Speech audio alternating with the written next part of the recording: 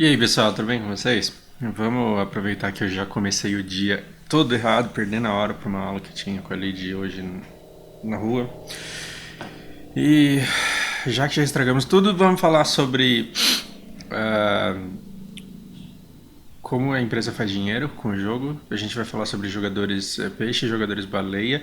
Eu acho que algumas pessoas vão ficar doidinhas com as coisas que eu vou conversar aqui. Mas eu acho que isso é uma premissa, assim, falar sobre o foco da empresa em determinados jogadores e como é que a empresa faz dinheiro. Eu acho que é muito importante para a gente começar a falar sobre o jogo ser pay to win ou não. Vamos refletir, vamos fazer algumas reflexões aqui. Eu não vou falar como o que é o certo, eu vou falar o que é a prática de mercado. Como é a cultura do nosso mercado, como é a natureza do nosso mercado, e eu quero que vocês me digam aí se dá para escapar disso. Então eu vou dar alguns exemplos de alguns acontecimentos, de algumas coisas muito peculiares do nosso mercado. Eu tenho um amigo meu, aluno meu também, que trabalha numa grande empresa e ele está precisando de uma cerimônia religiosa numa igreja em que ele precisa fazer uma anulação de um casamento e fazer uma outra cerimônia lá. Coisa que todo civil precisa, todo civil religioso precisa fazer, especificamente naquela igreja. E aí ele foi lá e cobraram 5 mil reais dele pra fazer essa cerimônia. E aí você fala, meu, 5 mil reais por causa de uma cerimônia que dura, tipo, sei lá, 20 minutos. Qual a justificativa de um negócio desse ser tão caro? E aí o líder religioso dessa igreja, ele falou assim, sabe o que que é? Você pode até não achar justo, mas eu preciso cobrar mais de quem pode mais. Por quê? Porque tem gente que pode menos e essa pessoa ela deve pagar menos. E tem gente que não pode nada e para essa pessoa que não pode nada eu tenho que fazer de graça. Então, se eu fizer barato para você, eu não vou conseguir fazer de graça para quem realmente não pode pagar. Então você pode não achar isso justo, mas é dessa maneira que a igreja subsiste e é dessa maneira que a igreja garante que todas as pessoas serão atendidas. A gente não vai entrar nem no mérito de igrejas serem empresas ou não, e de se igrejas devem pagar imposto ou não, e porque sim. A gente está falando meramente de uma cultura que existe e que não dá para você taxar como totalmente certa ou como totalmente errada. Ela simplesmente acontece. Então, é claro que quem se mata, né, para chegar num ponto em que tenha recursos disponíveis. É claro que um cara que batalhou para chegar numa posição de uma empresa em que ele ganha entre 30 e 40 mil reais por mês, ele acha completamente injusto que ele tem que pagar 5 mil reais. Sempre tem o outro lado das pessoas que acham que isso realmente é justo e que se isso não fosse um pouco mais custoso para ele, outros não teriam acesso a isso. Não quero que vocês digam se isso é certo ou se é errado. Eu quero que vocês tenham consciência de que isso acontece no mercado.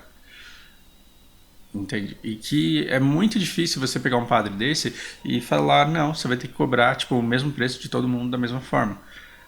Porque afinal de contas ele está vendendo serviço e ele disponibiliza e contrata quem quiser. E se o mercado está funcionando, porque existe demanda, porque pessoas que têm fé e querem de qualquer forma que aquilo aconteça naquele local, elas se submetem a pagar aquilo que está sendo cobrado por eles naquele momento.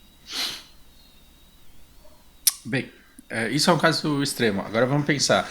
Essa mesma pessoa que está pagando 5 mil reais por uma cerimônia religiosa, ela também é muito frustrada por outros fatores que dá para entender o porquê ela é frustrada.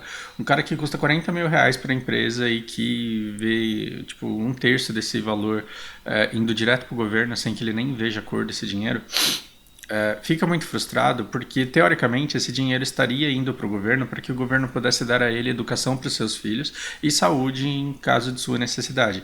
Mas não é o que acontece, porque como o serviço do governo, dado pelo governo, dado não, entregue pelo governo, não é confiável do ponto de vista dessa pessoa, ele vai lá e compra um plano de saúde, paga um plano de saúde e coloca os filhos numa escola particular. Ou seja, como se não bastasse perder um terço de sua renda lá, ele ainda tem que perder mais uma grande parte de sua renda pagando, sei lá, R$ 1.000 no plano de saúde, R$ 2.000 na mensalidade da escola da filha. Então, mais uma vez, a gente está vendo uma pessoa se despendendo. Você entende que dá para entender o ódio do Coxinha? Porque o Coxinha ele acha que ele realmente carrega todo o país nas costas e que ele paga serviços e coisas para quem ele nem conhece e que não está fazendo nada. É uma visão limitada da vida? Completamente. Dá pra chegar pra esse cara e falar assim, você não tem direito de ter ódio? Não, também não dá. Né? O que ele pode fazer a respeito disso? Talvez mudar de país. E é o que muitos bons profissionais acabam fazendo. Eles vão para outros lugares que eles reconhecem melhor e que lhes oferecem melhores oportunidades.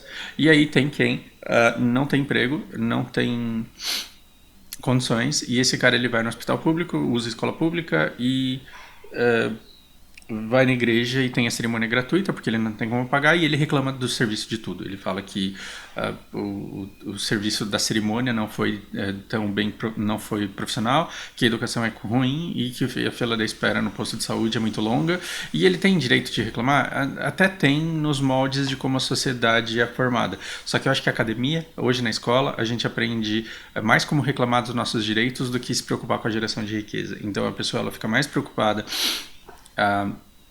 em exigir que o governo faça e dê a ela o mínimo que lhe é devido por direito, mas sem preocupar, sem pensar que ela poderia se dedicar à geração de riqueza. Eu não estou dizendo que isso é fácil para todo mundo, mas se ela conseguisse gerar riqueza, ela conseguiria cobrir suas próprias necessidades sem ficar à mercê aí do governo. Não estou defendendo o governo não, tá, gente? Pelo amor de Deus. Então, aqui a gente tem que lidar com uma diferença de renda muito grande.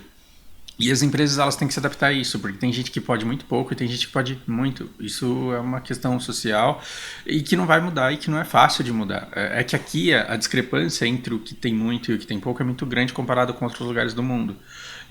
Tem países aí em que um cara que faz um trabalho sujo, perigoso, pesado, ele ganha mais do que um médico, por exemplo, porque a qualificação técnica, acadêmica, ela não é tão valorizada assim pelo fato de muita gente ter. Percebe? No Brasil, essas diferenças elas são muito grandes. E o que acontece? Empresas de veículos, por exemplo, elas têm que ter uma versão muito básica para quem tem muito pouco. E isso acaba saindo muito custoso para quem acha que pode mais. Eu digo acha que pode mais é porque tem as pessoas que podem mais e tem as pessoas que acham que podem mais, tipo eu assim. Eu sou um pobre que acho que eu posso ter um Polo, então eu vou lá e compro o carro completo. Quando eu compro o carro completo, o que eu estou fazendo? Eu estou pagando absurdamente mais por coisas ridículas, por conta de um limpador traseiro, por causa de travas elétricas, por causa de vidros elétricos. O custo dessas besteiras que a gente chama de completão do carro é irrisório perto do custo do carro inteiro.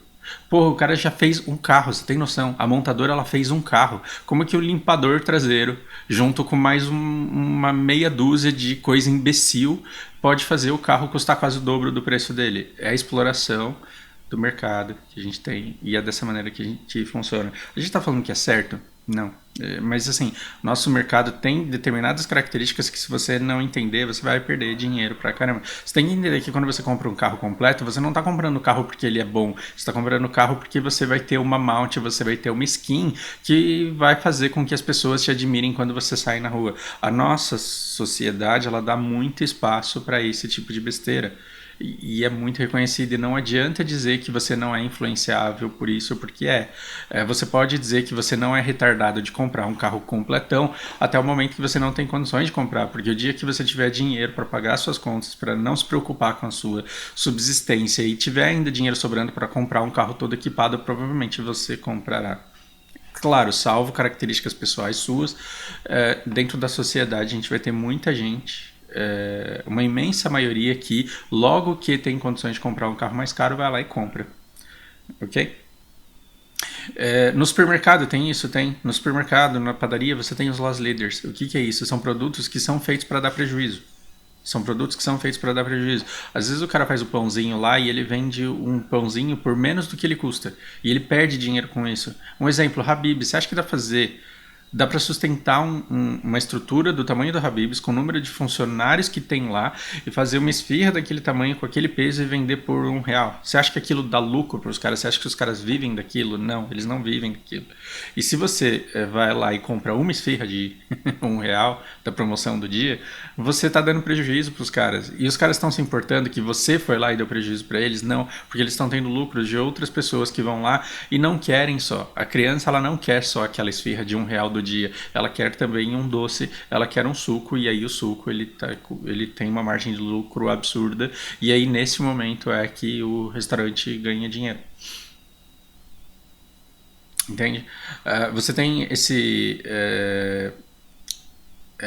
sales mixing também, em que às vezes você tem que deixar a margem de lucro, você não pode querer ter uma margem de lucro igual em todos os seus produtos. Alguns deles vão ter que te dar muito lucro, e outros vão ter que te dar um pequeno, e você vai atrair um público que precisa de um mixing de produtos, em que ele vai ter que comprar esse e vai ter que estar acompanhado desse. Né? Então você passa a impressão de que tem produtos muito baratos e que são atraentes, mas você tem alguma coisa que cobre isso, e tudo isso necessita de estudo de mercado. É que a gente que não tem dinheiro e que deveria estar preocupado em como fazer dinheiro e que está imerso numa sociedade econômica que é anti-geração de riqueza, a gente só tem assim proteção para as camadas muito mais altas. Você tem lá a Sadia, Perdigão, com inúmeros benefícios, inúmeras isenções, e se você, pai de família, resolve pegar uns porquinhos lá e falar, eu vou começar a fazer umas salsichas, você tá lascado, porque nada que você fizer vai te dar lucro, porque você vai ter tanto imposto, vai ter tanta dificuldade, vai ter tanta burocracia, tanta limitação, que você nunca vai conseguir matar uns porcos, fazer umas salsichas e vender um preço competitivo no supermercado, não só pelo seu tamanho, é claro, a gente está falando de capitalismo, onde o tamanho da empresa, a organização dela, o capital faz com que isso favoreça muito grupos grandes, é claro, é óbvio, mas quando você finalmente acumula capital para se tornar um capitalista e empreendedor, você não se torna, você coloca o dinheiro, investe no banco e vive de juros, porque isso te daria muito mais segurança e muito mais resultado e muito mais qualquer coisa do que ir lá e abrir uma empresa que vai sugar o seu capital de giro e que vai te falir muito rápido, porque a economia ela não é feita para que a classe média enriqueça, ela não é feita para que as pessoas ganhem dinheiro. Você, imerso nessa situação, ao invés de tentar lutar para que o sistema econômico favoreça a geração de riqueza, não, você foi ensinado na escola desde pequeno que você tem que reclamar do governo os seus direitos para que ele te dê aquilo que você tem direito, para que ele te dê transporte de graça, educação de graça, saúde de graça, e aí você chega na Pier Abs e fala, vai tomar no cu, você tem que me dar um negócio de graça. Então cabe assim um pouco de reflexão para você ver o tamanho da grandiosidade desse jogo e o que você tem direito de pedir e reclamar. Sim, isso é uma conversa sobre um jogo que virou um discurso político e meio que tendencioso, e você não precisa concordar comigo, mas na verdade você não precisa concordar comigo, eu não quero te converter, eu quero propor reflexões para você ver como é que a empresa faz dinheiro. Quando a gente chega finalmente no jogo, a gente está... Agora vamos pensar como nós, como desenvolvedores. Né? A gente como fundador de... sei lá, de um Habib's, a gente já viu que a gente vai ter que perder dinheiro vender esfirra do dia por R$ 1. A gente já sacou isso, porque é com isso que a gente vai vender o pastelzinho de Belém, o suco de laranja, que é ruim e é caro. Aí a gente vai a gente já entendeu como que a gente vai ter que proceder. Se você vai fazer uma padaria, um supermercado, a gente já sacou que a gente vai ter que ter o Loss Leader com um pãozinho lá, que é para vender muito, para dar escoamento.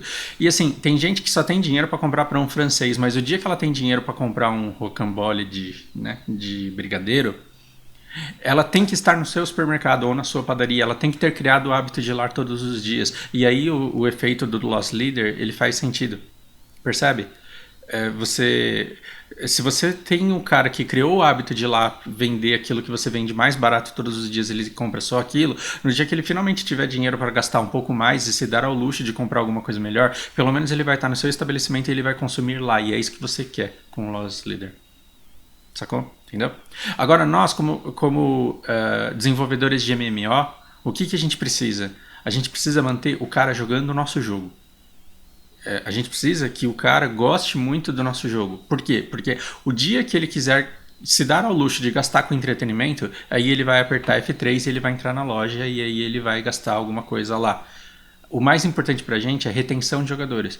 E assim, a gente precisa de muitos jogadores justamente para que os que já estão queiram continuar jogando. Porque se você entrar na fila do Red Battlefield e encontrar 2 pessoas em 40 minutos, você vai desistir. Você vai achar que o jogo tá morto. Se você chega em Heidel, vai lá no armazém de Heidel e não tem ninguém lá em volta, você vai falar, não, esse jogo tá morto, não adianta eu me equipar porque eu não vou ter quem matar nesse jogo. Então você precisa ter muita gente jogando para que você queira gastar nele. Entende? Para que você queira se destacar entre aqueles que estão à sua volta. Tá. Aí a gente tem que... Você tem que entender também a diferença de custo de desenvolvimento e o custo de manutenção do jogo. O que é o custo de desenvolvimento? Criar o jogo, desenvolver o jogo, ele tem um preço. Só que assim, hoje em dia, para você manter um MMO, vai ver o preço de um data center aqui na Paulista que os caras estão querendo colocar. Vai ver o custo da manutenção do servidor aqui. O negócio não é barato. Não pense que porque você pagou R$35 na versão básica, não pense porque você ganhou aqui do jogo lá na feira, né, de games. Não pense que porque você pagou R$35, os caras têm condições de manter um servidor aqui. Não é desse jeito que o mundo funciona. Porque assim, o que mais tem é esse povo com essa mentalidade da academia de que a gente tem que reclamar, a gente tem direito, os capitalistas são opressores. A gente vive num modelo em que a gente tem dificuldade de gerar dinheiro e a gente tem raiva de quem consegue. Você já reparou? A gente fica tão amargurado e tão ressentido com a nossa dificuldade de ganhar grana que quando a gente vê alguém enriquecendo, a gente não fala, puta que legal, eu preciso fazer exatamente aquilo. Não, você fica puto com o cara como se ele fosse desonesto, ladrão, filho da puta. Né? Por que os judeus se dão tão bem no mercado? Porque para os caras, eles não têm culpa nenhuma de gerar dinheiro. E se ele está gerando dinheiro, tipo, barganhando com você, ele está cagando para isso. Agora, se você tem uma mentalidade um pouco mais, sei lá, não quero dizer cristã, porque aí é preconceituoso demais falar isso, mas se você tem uma mentalidade um pouco mais parecida com a nossa cultura, você vai achar que é feio você ter lucro em cima do seu amigo. Cara... Sinceramente, ter raiva de uma empresa que está dando certo e que está ganhando dinheiro é uma coisa para mim que é muito estranha. Muito estranha, de verdade. Aí, quando a gente entra num custo de manutenção, talvez agora eu consiga fazer um link com tudo que eu falei até agora, com o negócio da igreja, com o supermercado, com os carros. Quando a gente entra no custo da manutenção, a gente entra nesse problema em que você precisa ter muitos jogadores, só que esses jogadores eles estão divididos em todas as classes. Tem gente que tem muita grana e tem gente que não tem grana quase nenhuma. Só que você precisa de todos eles, porque quanto mais gente gostar do jogo e estiver no servidor, melhor. Então, a empresa ela enxerga 2 tipos de jogadores. Nós, como desenvolvedores, teríamos que fazer o mesmo. É muito fácil falar que os caras não prestam, que os caras só pensam em dinheiro, mas nós, se eu e você fôssemos criar um jogo, a gente teria que pensar a mesma coisa, que existem jogadores que a gente chama de baleia aqui e jogadores que a gente chama de peixe. Ah, então você está admitindo que o jogo é pay to win? Talvez. Primeiro a gente vai ter que definir o que é win, e aí depois eu digo se o jogo é pay to win ou não é. Agora, a gente tem baleias e peixes. O que é a baleia? É o cara que tem grana e que ele vai gastar. Ele pode até não ter muito, ele pode ser só um aspirante à classe média alta, né? É um cara que se acha rico e na verdade é um bosta. Né? Eu acho que eu posso gastar a grana, na verdade sou pobre, igual todo mundo. Se eu parar de trabalhar, eu morro de fome. Só que assim... eu acho que eu posso me dar ao luxo de gastar com o meu entretenimento. E você tem gente que acha que tipo, gastar R$70 no mês é jogar dinheiro no lixo. O cara que acha que gastar R$70 num entretenimento dele, que ele joga tipo, mais de 10 horas por dia, se ele acha que ele tá jogando dinheiro no lixo com isso, você pode culpar o cara? Não, porque você imagina a dificuldade que ele tem de pagar a conta de luz, a dificuldade que ele tem de pagar as contas dele, e esse cara não tá errado em priorizar aquilo que ele acha mais importante. Percebe? Não é errado, mas é a mesma coisa. O dia que ele tiver dinheiro para comprar um carro de R$100 mil, talvez ele compre. Então você tem jogadores que vão ganhar, que vão inevitavelmente gastar bastante, independente do que seja que ele compre dentro do jogo, e você tem aqueles que não vão gastar nunca. Bom, o que você faz? Você dá vantagens para esse jogador que gasta mais. E no fim das contas, a empresa tem uma grande dificuldade, porque ela precisa tirar dinheiro desse cara aqui, sem fazer com que esse daqui pare de jogar. Porque se esse daqui parar de jogar, esse daqui também para. Percebeu a nossa dificuldade? O dia que eu e você quisermos criar um MMO, a gente vai ter que criar um jogo em que a pessoa que tem 2 horas para jogar por dia ou 1 hora para jogar por dia consiga. Então, não se aplica só a dinheiro, a tempo também. Então a gente precisa fazer com que a pessoa que joga 1 ou 2 horas por dia queira continuar no jogo, apesar de saber que tem uma baleia que fica jogando 16 ou 20 horas por dia. E a gente precisa deixar no jogo um cara que não gasta absolutamente nada e que dá total prejuízo porque ele tá comprando pão francês todo dia só indo embora. Entendeu? Tá conseguindo fazer os links? Esse cara aqui, ele não pode ir embora só porque esse daqui tá comprando rocambole de brigadeiro todo dia. Tá? Agora, como se não bastasse, o que a gente tem?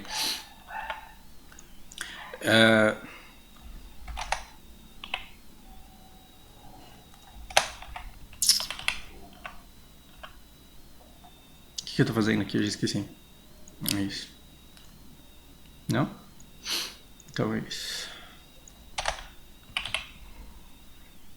Bom, onde eu tava?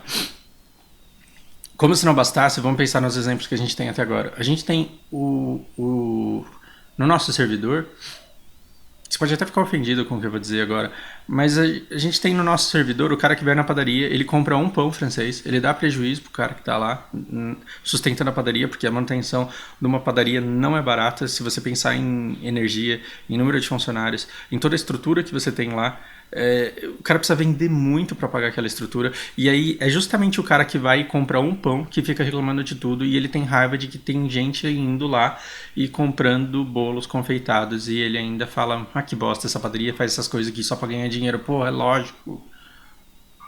O cara tá te vendendo um pão francês todo dia. Pro dia que você finalmente pudesse dar o luxo de comprar um bolo, você vai lá e compra na padaria dele, porque você tá indo lá todos os dias.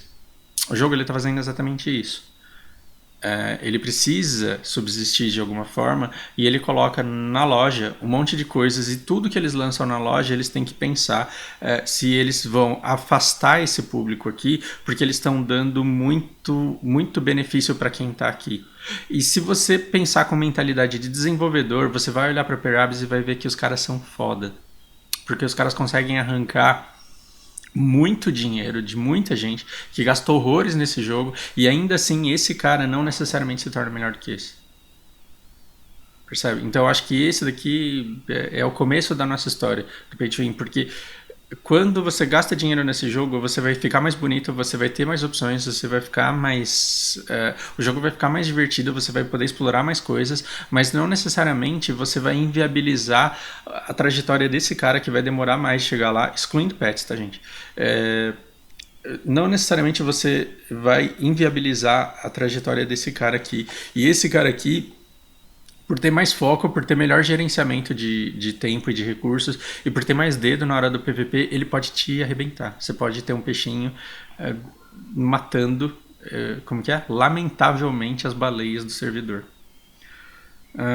Chega, né? Ficou muito longo já, e eu acho que ficou até com menos foco do que eu queria. Eu tenho um péssimo defeito, eu não consigo editar vídeos, e eu também não consigo fazer pautas, eu não consigo preparar aquilo que eu vou dizer, e aí as coisas elas vão brotando. O máximo que faço uma listinha de reminders das coisas que eu quero tratar, e esse vídeo em especial, porque eu tô dando no horário da Lid, que eu perdi a hora na aula pra ela. Talvez não tenha ficado tão bom quanto eu gostaria, mas enfim, que importa. Espero que isso cause boas reflexões, e a gente volta num vídeo próximo para falar do Pay to Win or Not. Grande abraço, a gente se vê na próxima.